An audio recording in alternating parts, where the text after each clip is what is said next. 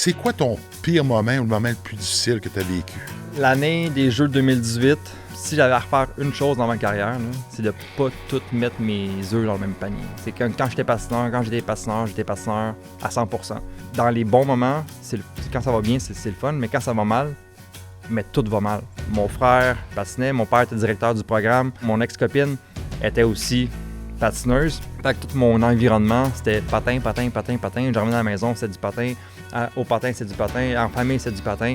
Il y a un moment en 2018 où ça commençait à moins bien aller, niveau personnel. Puis là, ça a vraiment beaucoup affecté mon niveau patin parce que c'était interrelié, là. Je te dirais, les mois avant les Jeux et aux Jeux, j'étais pas moi-même. J'ai été disqualifié pendant mes 3 distances individuelles, le 1500, le 1000 puis le 500 mètres. J'étais pas là mentalement. Je faisais des erreurs que je ne faisais jamais avant. C'est quoi de personnel qui s'était passé, qui avait comme changé ton mindset? Ouais, ben c'est la relation avec mon ex-copine. OK.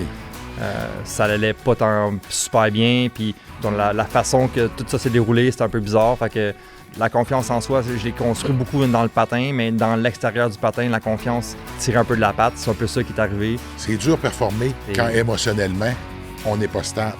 Exact.